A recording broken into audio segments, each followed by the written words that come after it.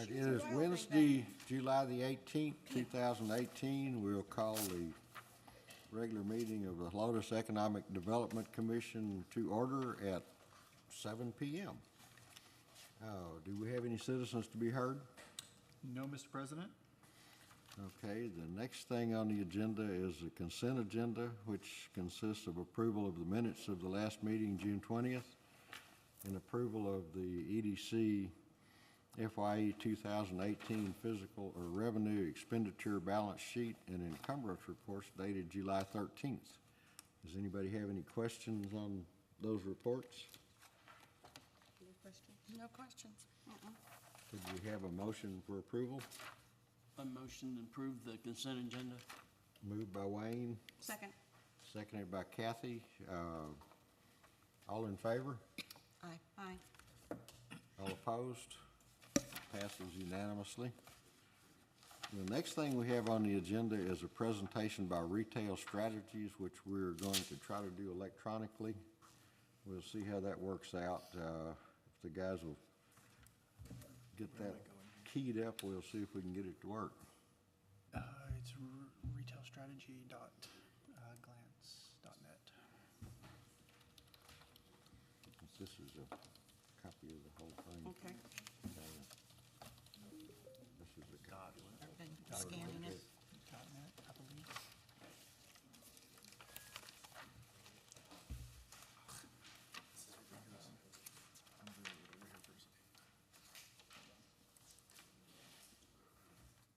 What's the session key?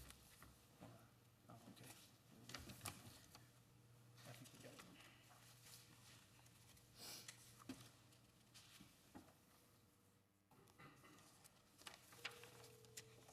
So we're gonna try something a little different, Okay. since we don't have a phone in here. Where'd you get that nifty speaker? I know, right? Personal. Comes from your pool, doesn't it? Hey, Chris, can you hear me? Yeah, can you hear us? Yes. You might be Okay, blasting in a perfect. couple of their ears. What's that? Oh, nothing. So we are live, just to let you know. We're ready to go. Okay, did you find the address, or do I need to give it to you again? No, it looks like we got it up. Well, I have that from a PDF. Oh, it is Oh, working? it's PDF, sorry. Is it retailstrategies.glance.net? No, it is strategy.glance.net. Strategy. There we go. All right, you're in. Looks the same. There's theirs, yeah. Can you guys see our screen on your end right now? Yes, sir. You're good to go. Okay, perfect.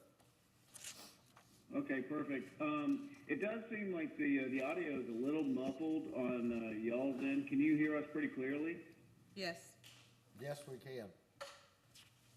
Okay, I heard that one. The previous was a little muffled, so I apologize. We'll just have to we'll have to muscle through it. So before we get started, does anybody have any questions? Not at the moment. Have Pat talk. No. Go ahead. Okay. All right. Great. Well, on this side of the room, it's myself, and Chris Bontrager, and Dalton Dillard. For those of you guys that don't know us, we're the Retail Strategies team assigned to Lotus, Texas. I am the portfolio director over the city, and basically what that means is I manage the client day-to-day activities, and then all the retail and data and the property owner information that comes in. I am responsible for conveying that back to the city. And then Dalton is my retail coordinator. And then Dalton's job as a retail coordinator his primary purpose is to reach out to those retailers and the ones that he's developed relationships with, and put the city in front of those guys. And that's basically that's basically our setup. Before we really get started, we want to start by saying, thank you for another year of partnership with Team Retail. We've been proud to work with you guys. We've had a little transition over the past few months. We've transitioned a couple times, but we've never lost step, and we've kept up that traction that we've gained the entire time, and we'll talk about that later in the presentation. So with that being said, we'll just go ahead and get started. So just for anyone in the room that maybe new to the process, I know that the boards turn over a little bit. So just to make sure that we meet all the we touch all the bases. We'll talk about our process just simply. And the way that works is our process it's an ongoing cycle. It starts with original engagement. Our original engagement in Helotes started in 2015, and originally what we do is we conduct a boots on the ground real estate tour. And what that real estate tour does for us is it gives us an on-site vision of the real estate opportunities and the retail opportunities that are in the market, shows us who's there and who's not there, and frankly, it helps us get eyes on to make up for what you can't find, through the internet or through these databases that are out there. So that's all part of the market analysis. That gives us the base, and what we do is we take that back and we perform market analysis through the data systems that we use. And those data systems are triangulated from 100 different sources of metadata that is used it goes from census data to firms that do nothing but collect that data, and that gives us it gives us your population, that gives us drive times, and then we're able to put that into our plan and then move forward with that plan once that strategic planning process is completed. And then like I said, it's an ongoing cycle. You do the research, put the plan together, put the city in front of the retailers, make those connections, and then continue to monitor and continue to adjust as more retailers come to the market, or God forbid, as retailers have to exit the market, that we have to adjust our plan to either fill those spaces that were exited by those previous retailers, or in the case of more retailers coming to the market, it gives us a much better presence of retailers and it makes people want to come. Retailers have a herd mentality when they see that someone somewhere, that oftentimes will make them want to be there as well. So that's just kind of a brief rundown of our process.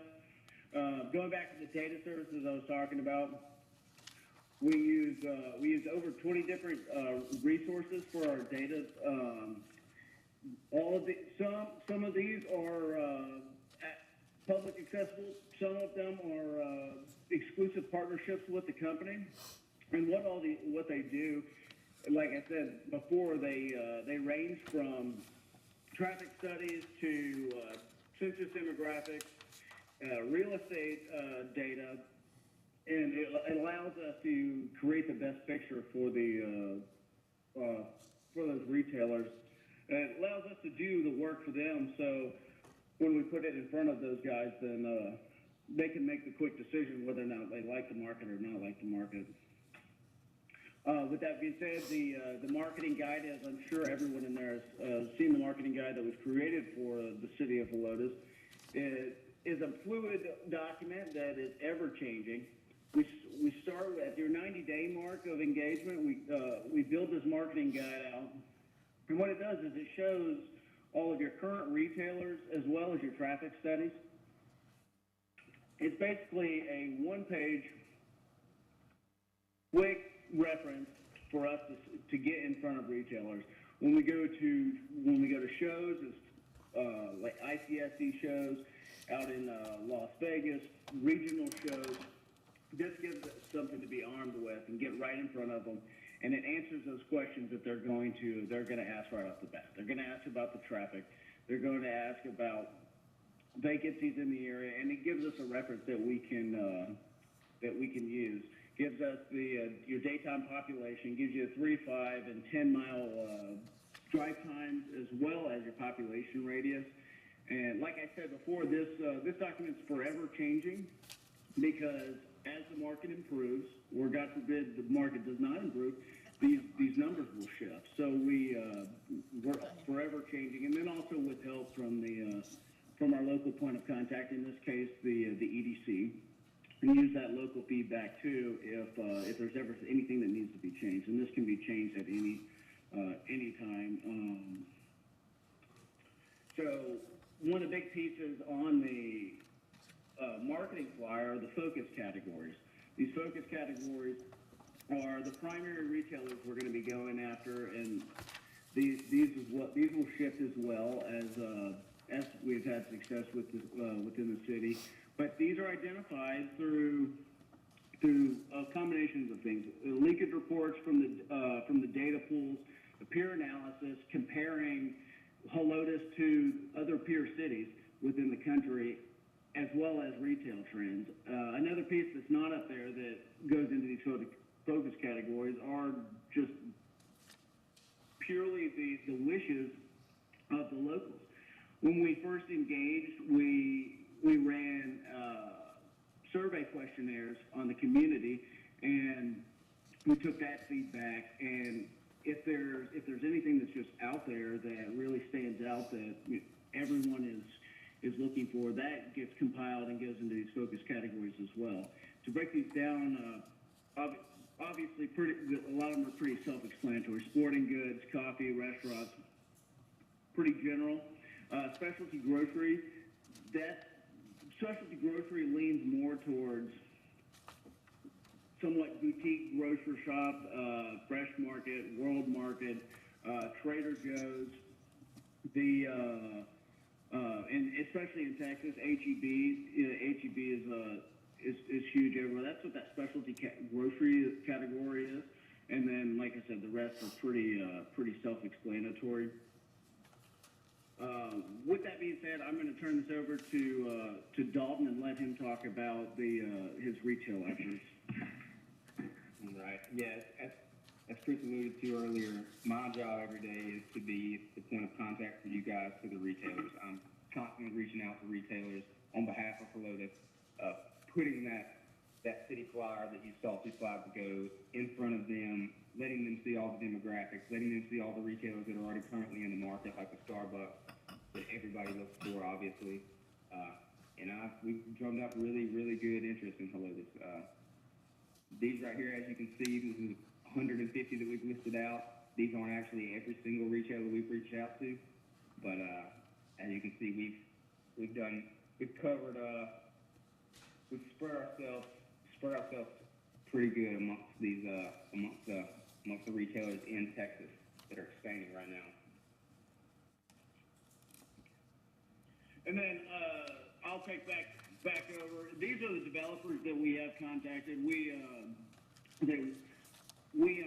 regularly talk to these developers on a weekly basis, if not daily basis, if there are things going on.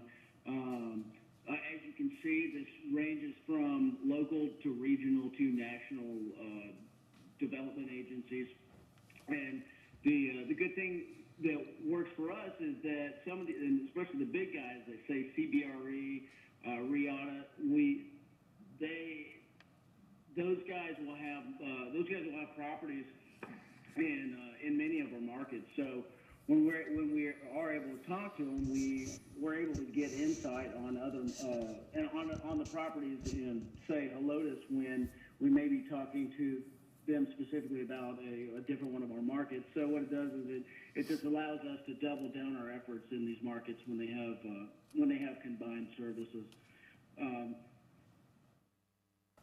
And I'll switch this back over to Dalton to talk about our active outreach at this time.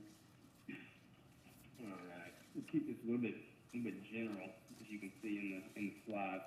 Yeah, actively, as we said, I've reached out previously to 150 plus retailers on your behalf.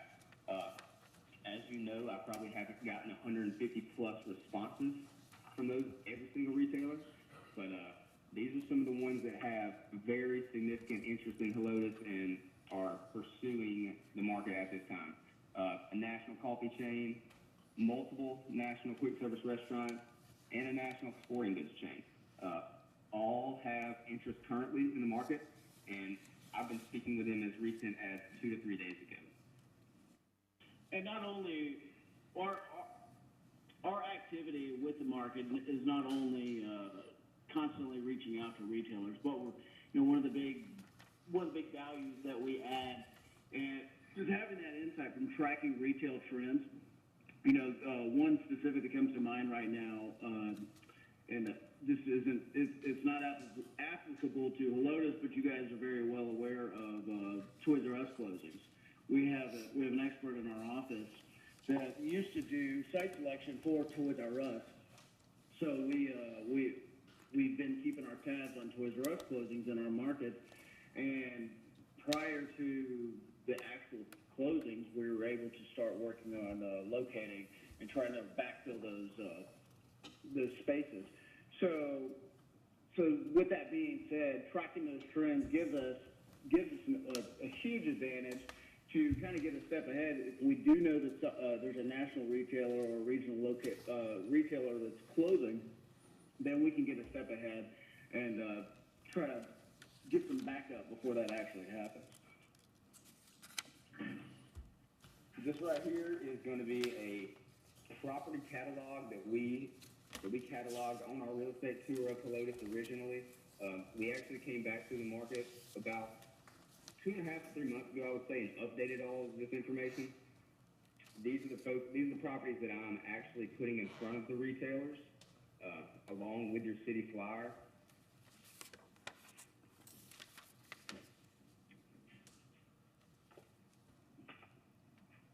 And that leads us to the big show, the ICSC Recon.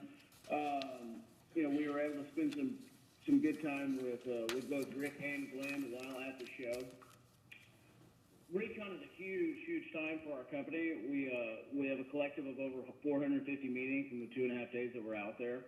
We average about 150 meetings a day as a company, and then the big social event after all the work is done is the Topgolf event. We had over 345 people at our Topgolf event, including Rick and Glenn. It's a great networking opportunity. A lot of brokers, a lot of retail folks will often show up, and believe it or not, deals do get made, even though it's mostly fun. Like I said, with that being said, just kind of reiterating, over 150 meetings a day with developers, brokers, and retailers. A more detailed recon report has been provided. And that leads us into our continued partnership. We want to start with talk about the annual partnership value. Obviously, it's a big number at the bottom. And what that represents is the investment that Retail Strategies puts into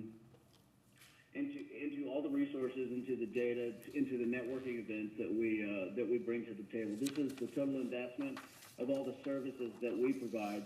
That if a city or community or municipality would have to go out and duplicate those efforts, this is the rough value of all those services. This $127,000 in ICSC conference representation. That consists of sending 50 plus individuals to 4 to 5 ICSC shows per year, including the big one in Vegas. The $150,000 in data, software, and mapping, that's self-explanatory. It goes back to all the data services that we're able to use to complete the best picture. Contact databases, retail trend reports. Those go back to keeping tabs on the retail trends, giving us a step above, giving a step ahead, and give us the ability to share those insights with the communities And then, of course, the cost of maintaining 30-plus retail real estate associates working for the city at any given time, with, of course, the direct team. The 30-plus is a constant resource for us, and there's over 200 years of retail experience in this office with those folks combined. Then get back to the meat of it, the partnership success. Since we've been engaged with the city of Helotes, the city's seen these four retailers through direct and indirect involvement through us.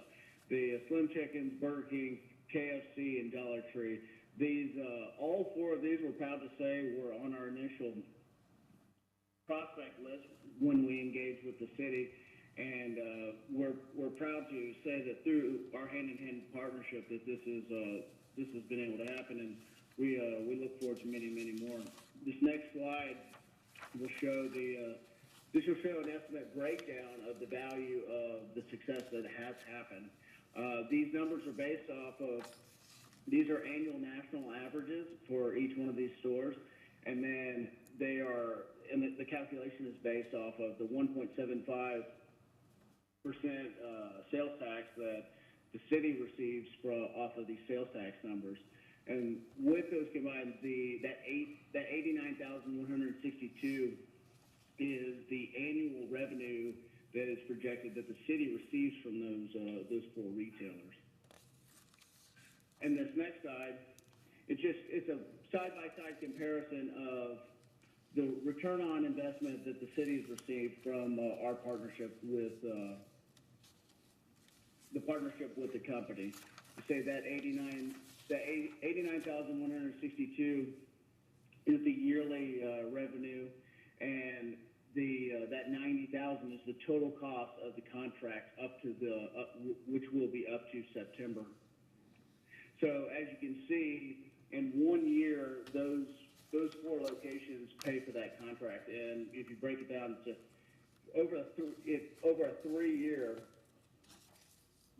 it's a $270,000 in tax revenue, and so if you compare them side by side, in 3 years you have a 60% return on investment.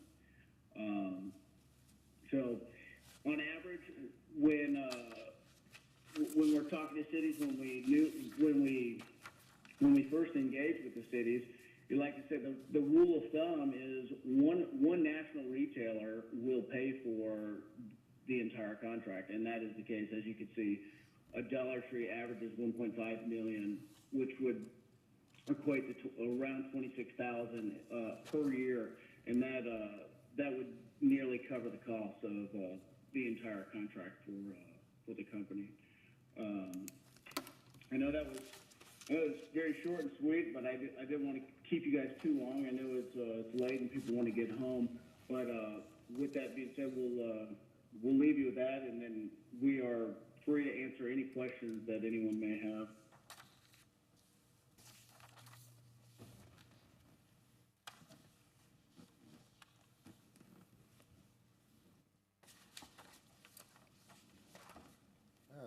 Clarification, you said 1.75% sales tax? Yes. We get 1.5, I think, don't we? With the street maintenance sales tax, it went up a quarter. I went up a quarter. What? I'm sorry, I can't. I'm having a hard time hearing on this end.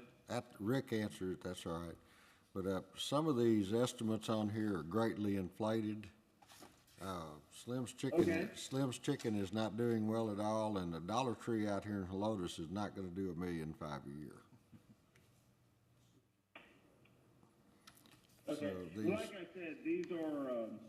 There's no way to accurately know, since these numbers are they're held closely to the vest.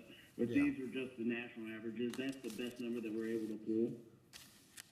But as actual stores, you basically have to go to the store owners to understand, like, to get the actual numbers, because they hold it so tightly. Yeah, you probably won't get it. What was that? I said you probably will not get it from most of the stores. Right. That's what we see most of the time. They want to keep those very close to the vest.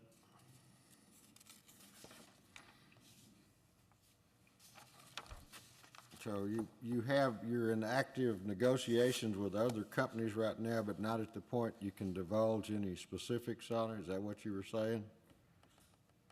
Yes, sir. Yes, sir. As far as, and I'll briefly explain this. As far as public meetings are concerned, we don't give out confidential information. There are active talks with multiple retailers, but we can only share those under confidentiality, and those, Right. like I said, they can't be shared under public meetings. Now, anybody have any questions? I think they answered them. Rick, Lynn? Okay, well, thank you for your presentation, gentlemen. Thank you guys so much for your time tonight. Thank you guys. And if you guys need anything, just let us know.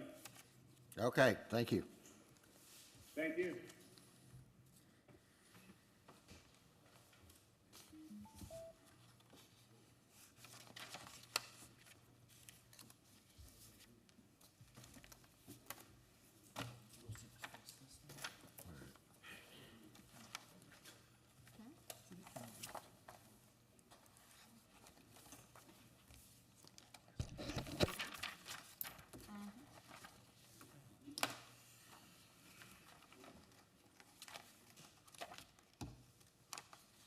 What did I do with my agenda? Oh, there it is.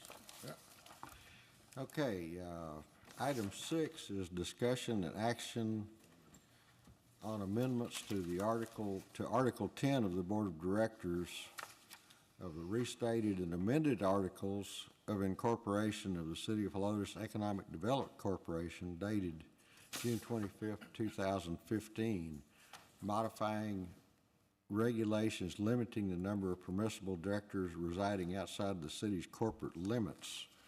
We have a handout, the latest version of it, which was on your dais. Each director must be a registered voter and resident of Bexar County with preference given to residents of the City of Helotes and its extraterritorial jurisdiction and/or northwest Bexar County. And the suggested change is, from this point on, at least 5 directors must be residents of the City of Helotes or current business owners within the City of Helotes. At present, it was only 5 of the directors had to be residents of the City of Helotes, and only 2 board members could be non-residents of the city. And I don't know, we haven't discussed it, like Glenn and Rick and I have discussed it, and the mayor, and I kind of felt it would be better if we added the statement to allow business owners of current businesses in the City of Helotes to be directors. In most cases, several other cities I've talked to, most of the people that are on the board of directors are business people in the community, not necessarily business owners. But I think it's beneficial to the board to make that change, and I guess I should have gotten a motion to discuss this before we started talking about it. I'll motion that we discuss. Okay. Yeah, I'll second Motion is that. moved and seconded. That's just the background on it, like y'all's input on it, what you think. What brought this up? We How many of us? had 3 vacant, well, the only people that were residents of the City of Helotes are Wayne and I. Was Wayne. Was Wayne, and Wayne just moved out of town. So was Pat. You should be a resident of the city. We're You're supposed to be. surrounded. I'm surrounded. And Yeah. Diane's been working in the community for years, and Joel owns a business in the community. My mailing address is Helotes. His mailing address is, well, might be in the ETJ and you might not. I'd put a futon in there. Say you'll live there. Yeah. Just wanted to clarify it a little more and try to give a little direction to keep, because what we were getting to is we were getting to the point that we could have the whole board with nobody living in the city. And I'd prefer to have residents of the city, but the right residents of the city. We could lose quality people to sit on the board Yeah. if it wasn't expanded. Yeah. Right. It gives us a little more leeway by adding business owners in the community, which could be done under just residents from Northwest Bear County, but I wanted to clarify that we would give some preference to business owners in the city to be I agree. more active in the community. It's a good idea. I was in favor of this, so I don't have any. I'm in favor of I'm in favor of it, so no rebuttals. Well, if no further discussion, I guess we have a motion to approve the amendment to the bylaws, Article 10. Articles. Article 10. to Article 10. Make a motion to approve the changes to the bylaws, Article 10. Moved A by second. Wayne, seconded by Diane. All in favor? Aye. Aye. Uh, Passes unanimously. And the only other thing we have on the agenda, I guess, is, well, no, we have, well, I'm looking at the wrong piece of paper. I got too much paper out here in front of me. Discussion and action on recommendation of the city council, the appointment of the following individuals to the board of directors. Could we have a motion to discuss that, please? I move we discuss the addition of the following individuals to the board of directors. I'll second. Moved by Diane, seconded by Kathy. That would be Bill Putty and Stevie Seitz, who are both present in the audience tonight. And their backgrounds are attached on their applications give you a good background on both parties. Stevie has been in Helotes longer than any of us. And Bill's been here a long time, too.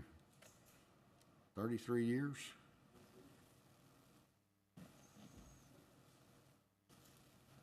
So you moved out here in the early 90s? Late 80s. Okay. I've got about 10 years on you. I'm between you and Stevie. Touche. Now, if y'all have any questions for Bill and Stevie, I've known Stevie for 40 years and known Bill for about, 15 or 20. They'd be glad to answer any questions you have. Some of y'all already know them, I think. Look forward to y'all serving. Really Definitely. do. Now, if we have no questions, could we have a motion to appoint? I have a question for Glenn Okay. real quick. How many seats do we have open currently? We have two. Two. Okay. There should be 7 of Previous us. person here who was here at the last meeting, is that person Carl Hale and pulled their, Jim Meadows can't serve on the E EDC. no, what I was asking was, Philip was here at the last meeting and we were gonna, has he pulled his application or Up is that not a until consideration this- anymore? Till this change is approved and it's approved by the city council, he's not eligible. to Ah, do I it. see. Okay, makes sense.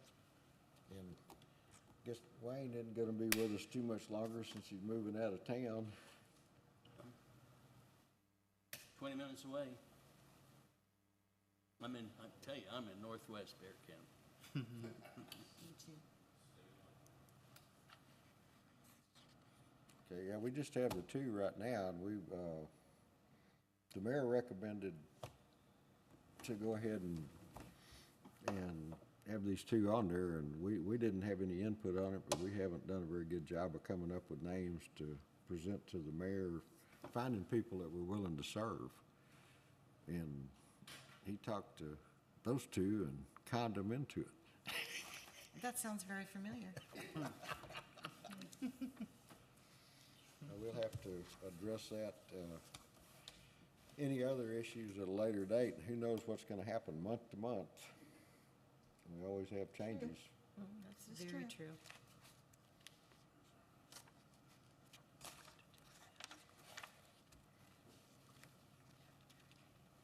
If there's no further discussion, could we have a motion? Yea or nay? I will motion that we accept the two recommendations, Stevie and Bill for this EDC. A second. Moved by Joel, seconded by Diane. All in favor? Aye. Aye. Congratulations. Yay, yay. Be careful what you wish for. Yeah, be careful what you Oh, wish for. it's not, it's fun, it's fun. It is fun. It was for you. We don't have anything else on the agenda, but just Bowling. as points of interest, the Department of Public Transportation is letting the project to rebuild FM 1560 from Bandera Road to 1604 in 2 weeks. It's estimated at like $14 million, and the time frame on it is 39 months work schedule. So we're gonna have three, I don't see how it's that long, but their estimation is gonna take 3.5 years to do the project. Probably has to do with getting utilities moved and everything, Well, if they dealing do with it right the AT&T, first is time. or the phone company. Sorry, dreamer. And I don't know, they should be through with the 16 project, what, in the next month? They're getting very close. We'll start, I hear.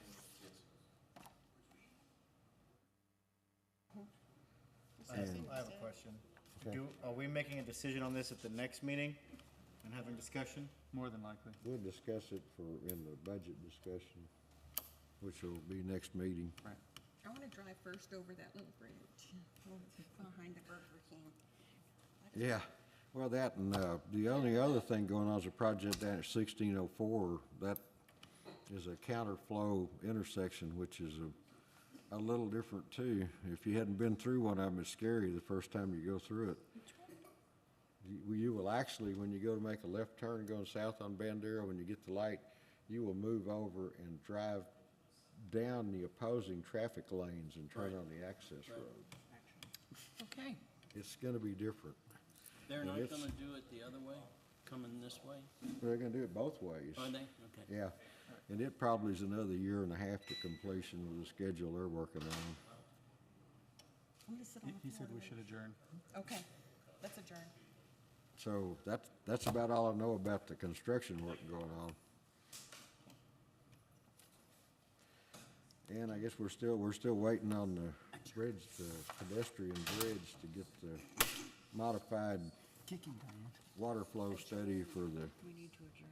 100-year floodplain, so at that point, He doesn't care. we are adjourned. 7:40 PM.